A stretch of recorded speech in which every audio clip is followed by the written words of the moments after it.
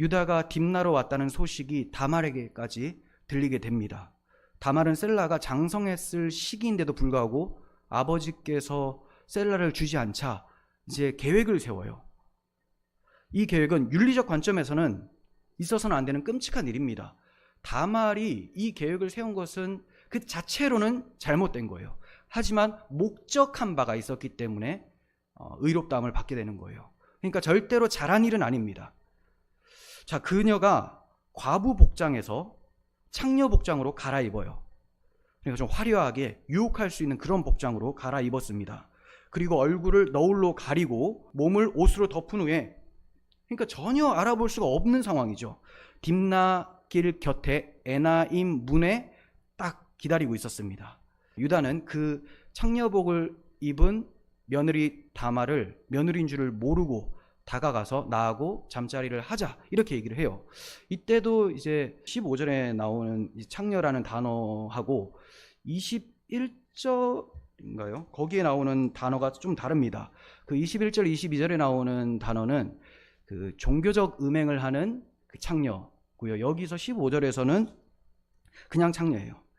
하지만 이제 유다가 생각하기로는 종교적 음행하는 여인들이 이제 나와 있기 때문에 내가 우상숭배에 참여하면서 음행을 하겠다, 뭐 이런 식으로 해석을 할 수가 있을 것 같아요. 자, 그래서 관계를 요구를 했는데 다말이 그 대가로 뭘 주겠냐고 이렇게 얘기를 합니다. 이것은 다말이 대가에 집중했다기보다는 이후에 있을 일에 대해서 대비를 한 겁니다. 그래서 담보물을 준비를 하려고 했었던 거예요. 유다가 새끼 염소를 주겠다고 하자, 그러면 새끼 염소를 받을 때까지 담보물을 좀 주세요라고 얘기를 합니다. 그래서 담보물로 준 것이 도장과 그 끈과, 왜 그 끈이냐면 도장에 끈을 달아서 목에 달고 다녔거든요. 그래서 도장과 그 끈을 주고요. 그리고 지팡이, 뭐 자기 이름이나 뭐 어떤 것들이 새겨져 있는 그런 지팡이에요. 상징물이죠. 이걸 딱 줍니다. 그리고 다말에게로 들어가서 동침을 하여 임신이 되어버립니다. 이것도 하나님의 그 섭리 가운데 일어난 일이죠. 한 번 딱 잠자를 했는데 그냥 아기가 생겨버린 거예요. 본문은 그런 후에 다말이 집으로 돌아와서 다시 과부의 옷을 입었다고 말씀을 하고 있어요. 이것은 그녀가 창녀 복장을 한 이유가 음행 때문이 아니라, 성욕이나 돈 때문이 아니라 유다 가문의 대를 잇는 것에 초점을 두었다는 것을 보여주고 있습니다. 절대로 개인적인 것이 아니라 오직 유다 가문, 하나님께서 주시는 기업을 이어갈 것에 초점을 두었다는 것을 보여주고 있는 것이죠. 그렇지 않다면 계속 그 복장을 한 채로 다른 사람들과 잠자리를 하면서 돈을 많이 받았을 거예요. 하지만 그렇지 않았습니다. 자, 이후에 유다가 친구 히라에게 염소 새끼를 다말에게 주고 담보물을 좀 찾아와 달라고 부탁을 합니다.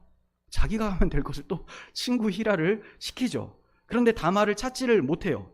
사람들에게 물어보니까 에나임 문에는 창녀가 원래 없다고 얘기를 합니다. 그녀를 더 찾게 되면 자신의 수치가 드러날까봐 그냥 담보물 찾지 말자 하고 일단락 짓습니다.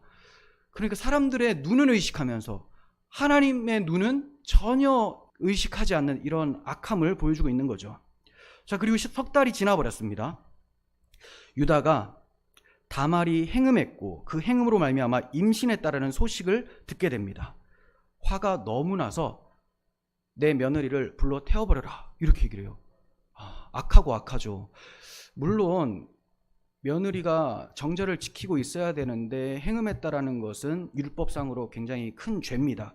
그래서 죽는 죄는 맞는데 지금 이 유다의 모습을 보면 자기가 지은 죄는 하나도 기억을 하지 못하고 며느리가 지은 죄에 노발대발한 이 모습이 나타난다는 거죠.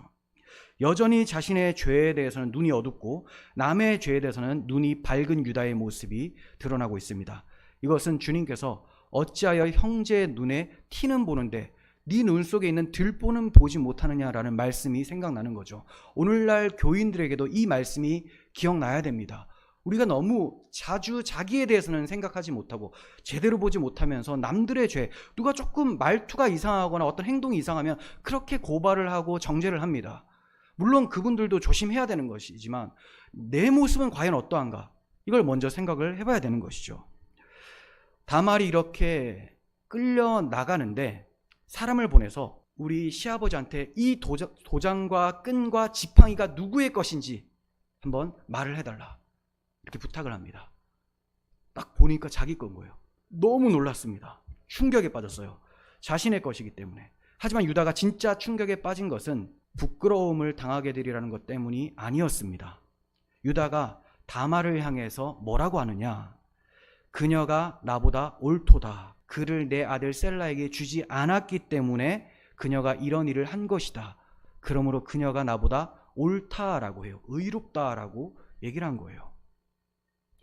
이것은 자기는 하나님의 뜻을 저버리고 가문의 대를 잇는 것을 포기해버렸는데 자기 아들 하나 지키려고 하면서 하나님의 것은, 하나님의 기업은, 그 복은 지키지 않으려고 했는데 이방 여인인 내 며느리는 자기를 희생하면서도 하나님이 주신 기업을 지키려고 했다. 이것에 대해서 의롭다라고 얘기를 해준 거예요. 그리고 다시는 다말과 동침하지 않았습니다.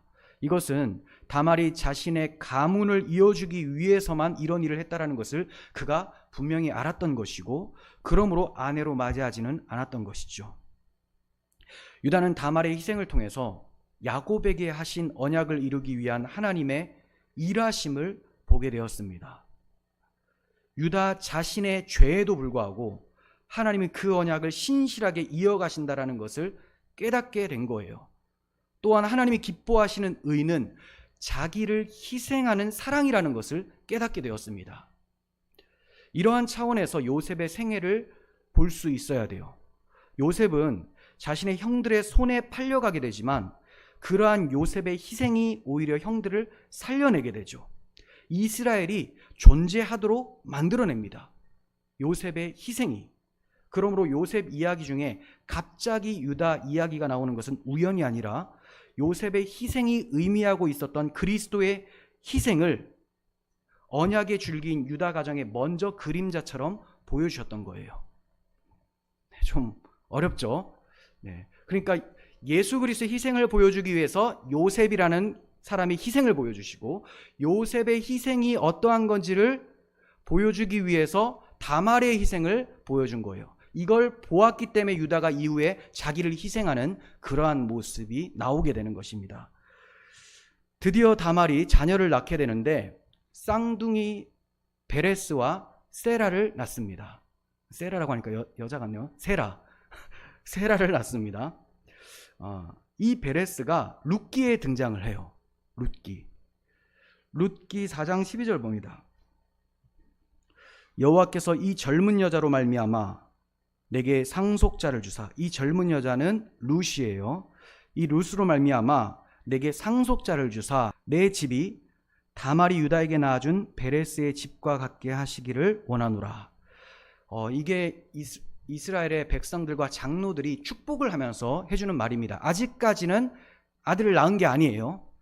이렇게 다말이 유다를 통해서 아들을 낳게 된 것처럼, 베레스를 낳게 된 것처럼 보아스를 통해서 룻이 아들을 낳아서 나오미의 집안을 이어갈 수 있었으면 좋겠다 하면서 축복을 해준 거예요. 그러니까 다말과 유다가 잠자를 내서 베레스를 낳은 사건을 수치스럽게 보고 있습니까? 축복으로 보고 있습니까? 성경은 이것을 복으로 보고 있죠.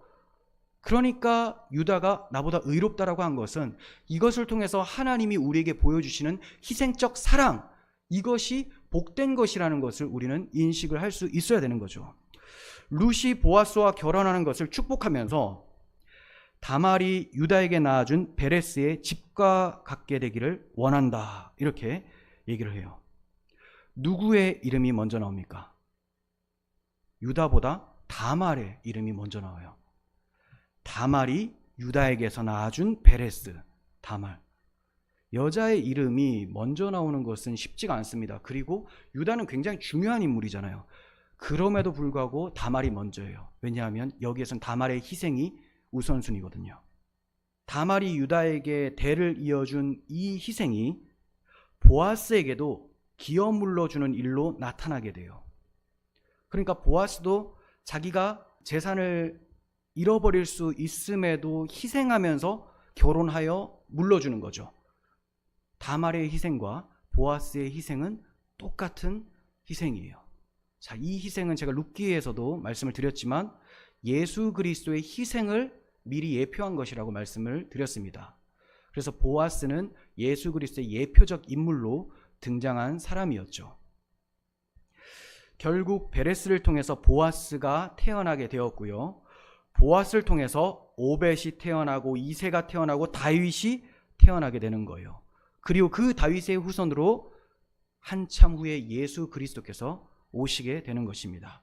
그래서 예수님의 족보에 유다는 다말에게서 베레스를 낳았고 라는 표현이 등장을 하게 되는 겁니다. 유다와 다말, 베레스의 이름이 다 등장을 하게 돼요. 그러므로 예수님의 족보는 인간의 죄와 그 죄를 덮으시는 하나님의 사랑이 함께 들어가 있는 족보인 거죠. 그리고 그 족보는 곧 우리의 족보가 됩니다.